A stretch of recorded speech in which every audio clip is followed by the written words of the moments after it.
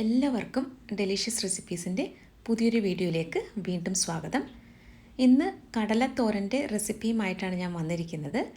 ഇത് ചോറിൻ്റെ കൂടെയൊക്കെ കഴിക്കാൻ പറ്റിയ നല്ലൊരു തോരനാണ്. അപ്പോൾ നമുക്ക് ഇതെങ്ങനെയാണ് തയ്യാറാക്കുന്നതെന്ന് നോക്കിയാലോ. ഈ തോരൻ തയ്യാറാക്കാനായിട്ട് 250 ml കപ്പിന് 1 കപ്പ് കടല തലേ ദിവസം രാത്രി തന്നെ വെള്ളത്തിൽ കുതിർത്തി വെച്ചിട്ടുണ്ടായിരുന്നു. ഇത് അടുത്ത ദിവസം രാവിലെ ആ കുതിർത്തി വെച്ചിരുന്ന വെള്ളമൊക്കെ മാറ്റിയിട്ട് എടുത്തു വെച്ചിരിക്കുകയാണ് ഈ കടല. ഇനി നമുക്ക് ഇതൊന്ന് വേവിച്ചെടുക്കണം. അപ്പോൾ ഒരു പ്രഷർ കുക്കറിലേക്ക് കടല മാറ്റിയിട്ടുണ്ട്. ഇതിലേക്ക് 1/4 ടീസ്പൂൺ മഞ്ഞൾപ്പൊടിയും ആവശ്യത്തിന് ഉപ്പും 1.5 കപ്പ് വെള്ളം ഒഴിച്ചിട്ട് മീഡിയം ഫ്ലെയിമിൽ വെച്ചിട്ട് 8 വിസിൽ വരുന്നത് വരെയാണ് ഞാനിത് വേവിച്ചെടുക്കുന്നത്. അപ്പോൾ ഇനി ഇത് വേവുന്ന സമയത്തിന് നമുക്കിതിനാവശ്യമായിട്ടുള്ള ഒരു അരപ്പ് തയ്യാറാക്കിയെടുക്കണം. അതിന് വേണ്ടിയിട്ട് 1/4 കപ്പ് തേങ്ങയും 3 ചെറിയ ഉള്ളിയും 2 പച്ചമുളകും 1/4 ടീസ്പൂൺ മഞ്ഞൾപ്പൊടിയും 1/2 ടീസ്പൂൺ മുളക് പൊടിയുമാണ് ഒരു മിക്സിയുടെ ജാറിലേക്ക് ഞാൻ മാറ്റിയത്. ഇത് ഒട്ടും തന്നെ വെള്ളം ചേർക്കാതെ തരിതരിപ്പായിട്ട് വേണം ഒന്ന് അരച്ചെടുക്കാനായിട്ട്. ഇനി നമുക്ക് തോരൻ എങ്ങനെയാണ് തയ്യാറാക്കുന്നതെന്ന് നോക്കാം.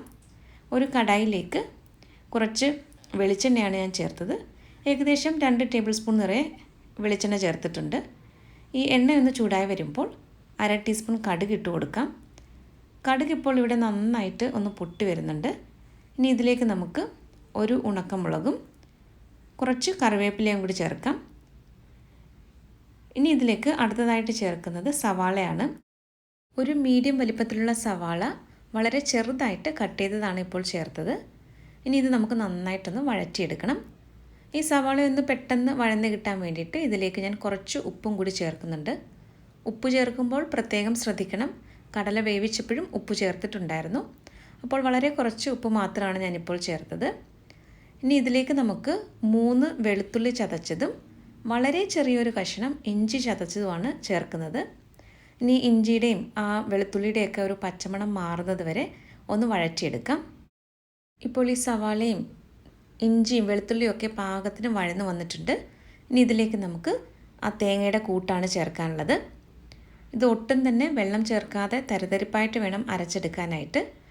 ഇനിയും അരപ്പ് ചേർത്തിട്ട് നന്നായിട്ടൊന്ന് ഇളക്കി കൊടുക്കാം.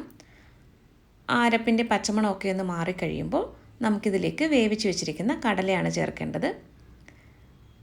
ഇപ്പോൾ ഇതിൻ്റെ പച്ചമണമൊക്കെ മാറി വന്നിട്ടുണ്ട്. ഇനി ഇതിലേക്ക് നമുക്ക് വേവിച്ച് വെച്ചിരിക്കുന്ന കടല ചേർക്കാം. ഈ കുക്കർ തുറന്നപ്പോൾ അതിൽ കുറച്ച് വെള്ളം കൂടി ഉണ്ടായിരുന്നു. അപ്പോൾ ആ വെള്ളത്തോടു കൂടി തന്നെയാണ് ഞാൻ കടല ചേർത്തിരിക്കുന്നത്. കൂടുതൽ വെള്ളമൊന്നുമില്ല. ഇനി ഇത് നമുക്ക് നന്നായിട്ട് ഒന്ന് മിക്സ് ചെയ്തെടുക്കണം. ഈ അരപ്പും കടലയും എല്ലാം കൂടി നന്നായിട്ടൊന്ന് ഇളക്കി ഒന്ന് യോജിപ്പിച്ചെടുക്കണം. ഇനി ഇതിലേക്ക് ഞാൻ ഒരു ചേരുവ കൂടി ചേർക്കുന്നുണ്ട്. സാധാരണ തോരൻ തയ്യാറാക്കുമ്പോൾ മുളക് പൊടിയും കുരുമുളക് പൊടിയും ഒന്നും ചേർക്കാറില്ല.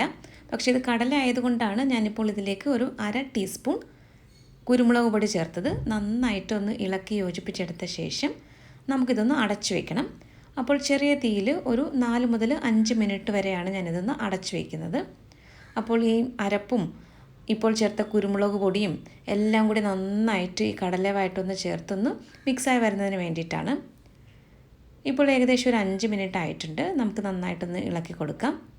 ഇനി ഇതിൻ്റെ ഒരു ഈർപ്പമൊക്കെ ഒന്ന് മാറാൻ വേണ്ടിയിട്ട് ഒരു 2 മിനിറ്റ് മീഡിയം ഫ്ലെയിമിൽ വെച്ചിട്ട് ഒന്ന് ഇളക്കി കൊടുക്കാം. അങ്ങനെ നല്ല രുചികരമായിട്ടുള്ള കടലത്തോരൻ ഇവിടെ റെഡി ആയിട്ടുണ്ട്. ഇത് ചോറിൻ്റെ കൂടെയൊക്കെ കഴിക്കാൻ പറ്റിയ നല്ലൊരു തോരനാണ്. ഇതിനു മുമ്പ് ഞാനൊരു കടലക്കറിയുടെ റെസിപ്പി പോസ്റ്റ് ചെയ്തിട്ടുണ്ടായിരുന്നു. അതിൻ്റെ ലിങ്ക് ഞാൻ ഡിസ്ക്രിപ്ഷൻ ബോക്സിൽ കൊടുക്കുന്നതായിരിക്കും. അപ്പോൾ താല്പര്യമുള്ളവർക്ക് ആ വീഡിയോ ഒന്ന് കാണാവുന്നതാണ്. അപ്പോൾ ഇന്നത്തെ ഈ റെസിപ്പി എല്ലാവർക്കും ഇഷ്ടമായെന്ന് കരുതുന്നു.